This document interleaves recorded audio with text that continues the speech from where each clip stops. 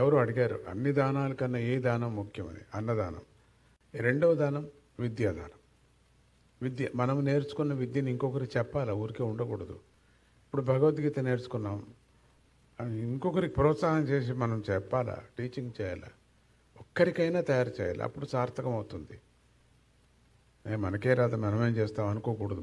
మనం వచ్చేటట్టు ఎప్పుడు వస్తుందో మనకు ఇంకొకరికి చెప్పాలా. మనం ఈ 10 మందికి చెప్పినా మంచిది, ఒక్కరికి చెప్పినా మంచిది. అది విద్యాదానం.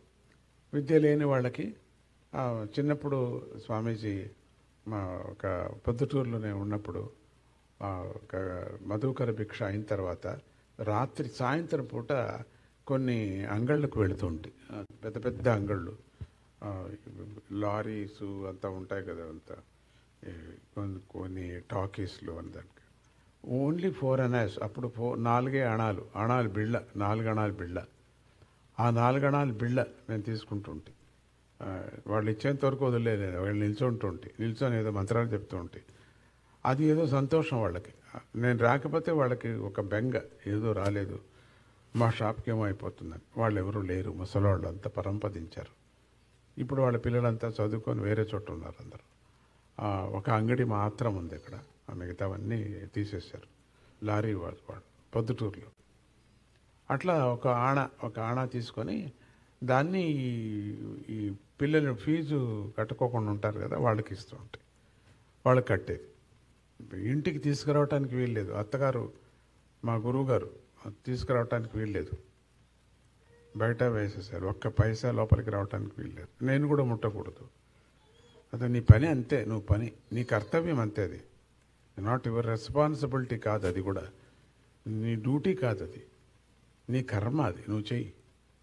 మనమంతా డ్యూటీ అనుకుంటాం, కాదు, అది మనం అనుభవించాలి. మన కర్మ అది మనం వహించాలి. మనం అది డ్యూటీ అనేది కూడా తప్పు, స్వార్థం అనేది కూడా తప్పు. అది చేయాలి అంతే, మనం పుట్టిన దానికి సార్థకం.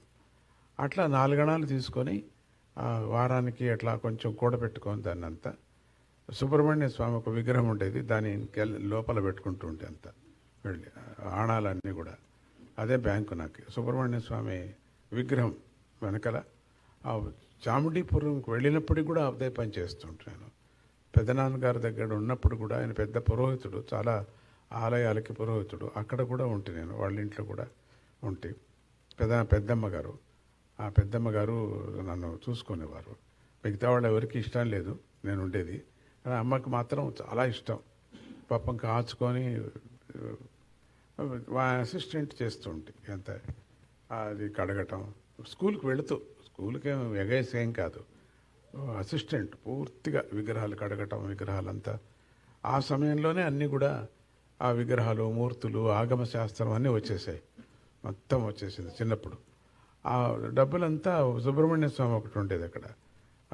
అంటే ఆ నాగులు, ఇట్లా ఒక పెద్ద విగ్రహం, దాని కింద పెడుతూ ఉంటాయి.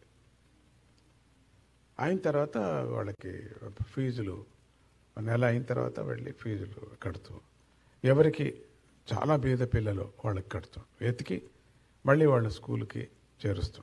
దాంట్లో 2-3 స్నేహితులు అప్పుడప్పుడు కనపడుతూ ఉంటారు. కనపడ్డారు ఒక ఇద్దరు ఎవరు కట్టారు కూడా మా టీచర్ గారికి, మాస్టర్ గారికి.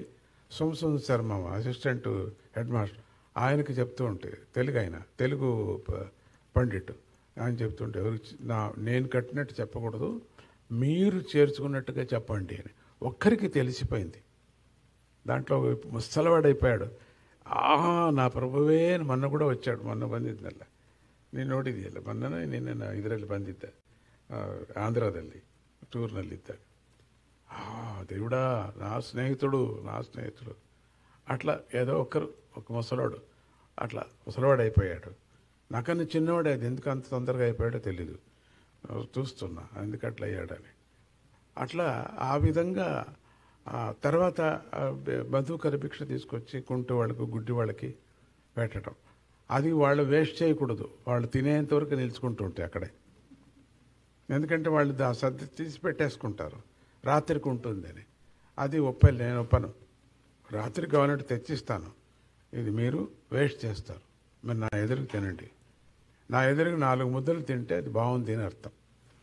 సో ఆ విధంగా మనస్సుకు సమాధానం. సో ఇది అన్నము వేస్ట్ కాకూడదు. వెంకటరమణ స్వామి యొక్క క్షేత్రంలో ఆ మొదటిది అన్నదానం. మన మైసూరులో కూడా అన్నదానమే. అట్లనే వెంకటరమణ స్వామి క్షేత్రంలో కూడా అన్నదానం. రెండవది విద్యాదానం, చాలా ముఖ్యమైనటువంటిది విద్యాదానం. మూడవది దానం. విద్య, వైద్యం, వైభవం.